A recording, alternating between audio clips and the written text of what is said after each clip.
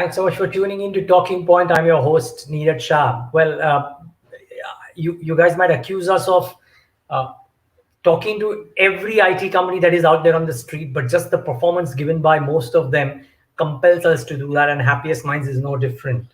The gentlemen who join me every time to talk about the quarter and the outlook ahead, Venkatraman, Narayanan, and Joseph Anantharaju join us right now to talk about the quarter gone by and the outlook ahead. Venkat, great having you. Joseph, great having you as well. Thanks so much for joining in. Venkat, uh, and off the blocks with a bang, so to say, over 9% is pretty commendable. Is this a sign of things to come, or is it difficult to say that? And of course, please tell us what went behind this 9.6% quarter-on-quarter growth. Good morning, Neeraj, and thanks for giving us this opportunity to talk to you and your people about our results.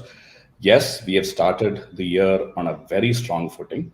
9.6% revenue growth in dollar is a number most of us aspire for. And largely this is organic if you look at it, because we had subsumed the acquisition of PGS in Q4 of last year. So our QOQ number is largely organic or 100% organic to that extent. What our expectations are, we have set that straight with the market. We are looking at about 20% organic growth in the medium to long term on an organic basis. So that's a real stretch target. If you look at only FY 22 rather, we would beat that number, but the challenge or the task ahead of us is to keep going at the similar pace for the next few years to make sure that we meet that number of 20% organic growth on a CAGR basis. Well, 20% seems a bit more modest compared to what you've done in quarter one, considering that except for that $0.9 million contribution, almost everything is organic. So is there uncertainty in the environment, or are you just being conservative for FY22? As for the environment, I would request Joseph to talk about it, but we have been expecting this demand pull to come in. We have been kind of warning ourselves that we need to prepare for it. From Q4 of last year, we had put our hiring engine back in place, because if you really look at it, the two parts of the story is demand and supply.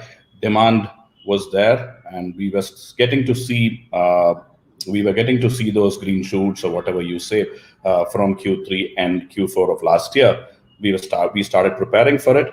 And I would like to say that on the delivery front, by adding 310 Happiest Minds in a quarter, on a net basis, was really our way to meet that demand. So I wouldn't say it's a surprise.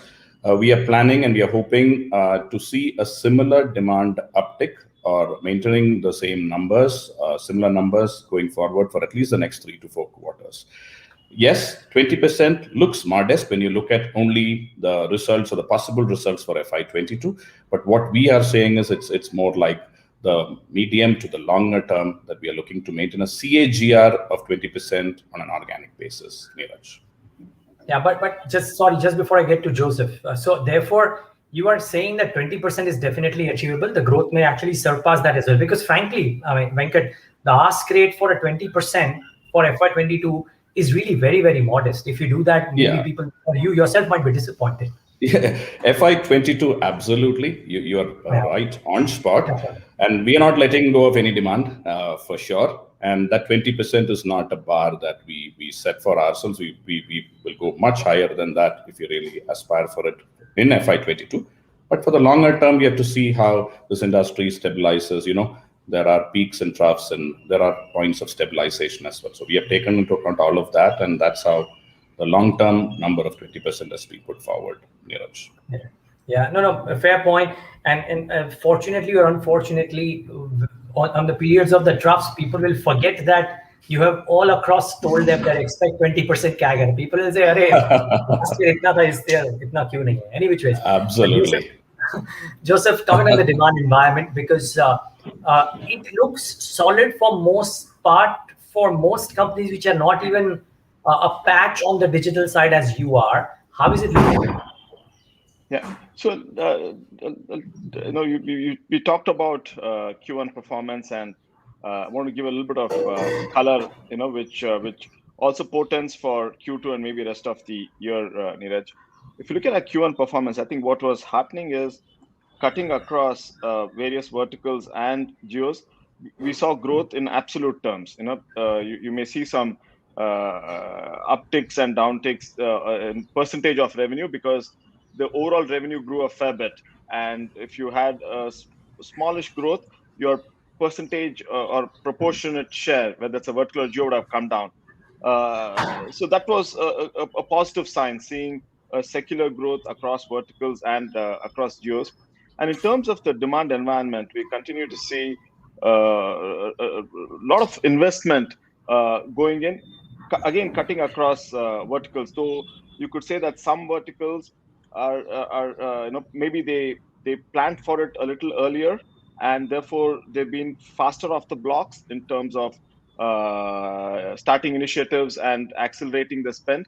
But what we've been seeing is that all of the verticals are seeing increased spend, and it's basically driven by the realization that that consumers expect their experience and their products in a very different manner thanks to pandemic, and it's accelerated the whole digitization effort.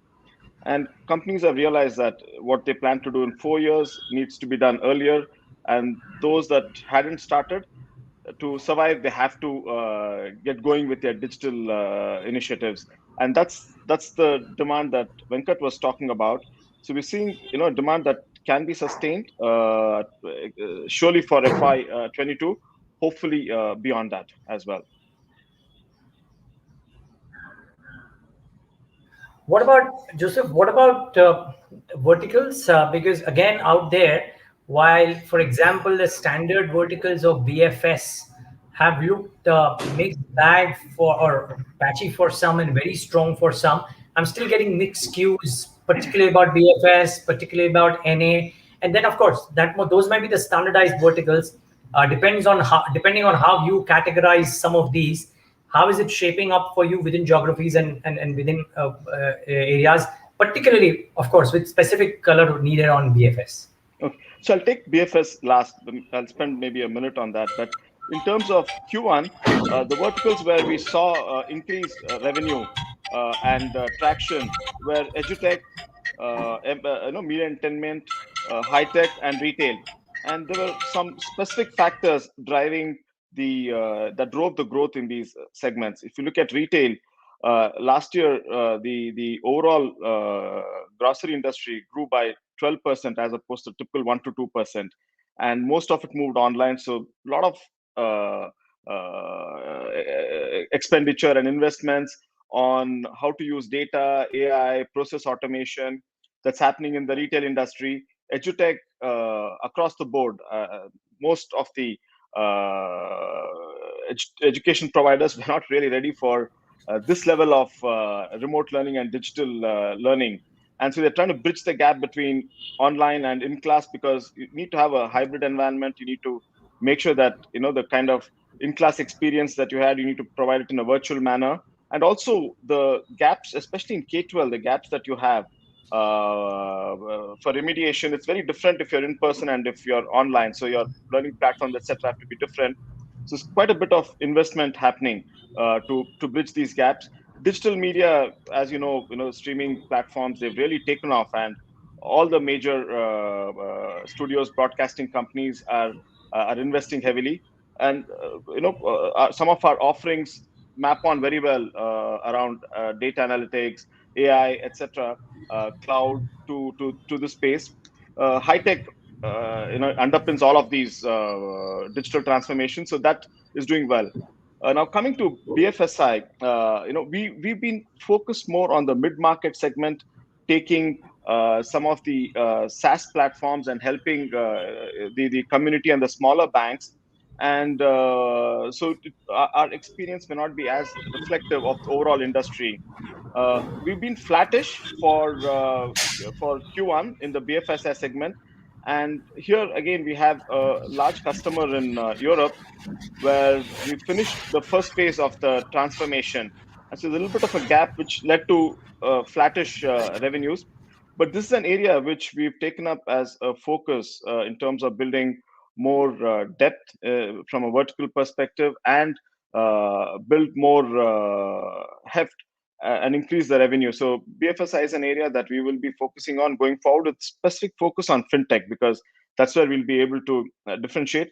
Even the community banks, the mid-tier banks that I mentioned, we're going more with with the latest platforms, with companies that have been founded in the last few years, helping them with their digital banking, and that's a strategy that we want to take to the larger banks as well. Okay, very interesting, and all the best for that as well. Now, Venkat, if I can come back to you and talk about the hiring piece, because you obviously have hired, the headcount has indeed moved up. You mentioned the number as well, of course, but when I just look at that 9.6% odd QOQ headcount, it does show that you're prepping up well for delivery ahead. I hear from everybody that because it's a red hot market, the cost factors for the headcounts might be a small drag on numbers. Now, when I look at your numbers, Q1, I don't think you've given any kind of a wage increase, right? So is that coming up in Q2 or Q3? And could it have a bearing on operational metrics? No, we had given a pay increase effective Q1, and did disclose this in the last quarter financials as well, because we gave it effect from January 1st. We had started taking the P&L impact from last quarter, but the real cash payout started happening from this quarter. So yes, we have given a double-digit pay hike on an average to our Happiest Minds. So that's done, and that's factored into those financials. There are two elements. One is you typically need to understand how the levers that we have in the IT industry. I'm sure I've talked about utilization, the span of control of the pyramid, the on-site offshore, and the pricing power that we as a service provider have. If you look at it on utilization front, pretty much optimized at about 82%. We have been always saying, guiding that we would like to be in the 78-80 range, but we are at 82%, and that's maintained. As far as the span of control, that's slowly improving, because as the size of the company improves or grows, you have efficiencies coming in. So that's a second part that we're working on. The third is the on-site offshore split. We are currently 95-5 in terms of people numbers between on-site or outside of India and inside and India are concerned. Slowly that's changing, basis what customers really want and the pricing power. So you must have talked, we have talked about this in the past. During the start of the pandemic, we did make some adjustments temporary, that may be to adjust for the customer requests on pricing and the difficult period that all of us were going through. But happy to say that that's slowly starting to reverse. In fact, the pricing power is coming back into the markets, for digital work. So these are the various levers that we have to make sure that we are able to address the cost increase that's happening in the system. Yes, there would be temporary blips, because when attrition does happen, it happens at a particular range. It's between 2 years to 6 years kind of an experience. That's a bracket in which we see increased attrition, and that has a distinct impact on your immediate margins. But you have to cover that up with volume growth, price increases, and all the other efficiencies that I talked about. Yes, there could be challenges. And if you look at it, we did have a drop in our gross margin by about 170 basis points. We did cover this in our financial and the analyst call. And it is partly due to the increased price pressure that we're talking about. Despite that, we have managed to maintain our EBITDA at the 26%. And we are hoping to build on the efficiencies that we have put in place and take on this whole cost pressure head on. But let's see how that plays out in the next 2 to 3 quarters. But yes, the short answer is there is price cost increase pressure, and we have to take that head on and handle that through the various metrics and the levers that I talked about. Okay, yeah, I did see that pressure, but I thought that was largely on account of maybe increase in travel expenses and subcontractor costs. So excuse me, I thought maybe the wage hikes are due to happen or due to be accounted for at some quarter in FY22, and which is why I was asking that question. Sure. Fair point. Joseph, one final question to you, and then we wrap up with one final question from Venkat as well. What about we spoke about this aspect in the last call, Joseph. Maybe you remember, maybe you don't, but the aspect of client mining. And as I see that larger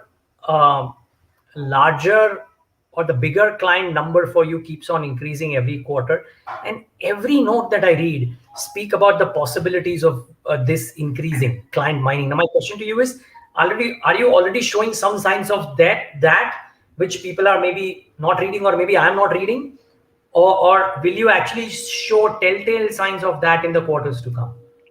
So it's a good question, Neeraj. If you, as a base, I think your observation is right. If you see during the quarter, we've added $7 billion customers. That's moved up from 46 to 53. At the same time, if you look at our $1 million customers, that's also moved up by 7 during the quarter. So we made 6, during the quarter.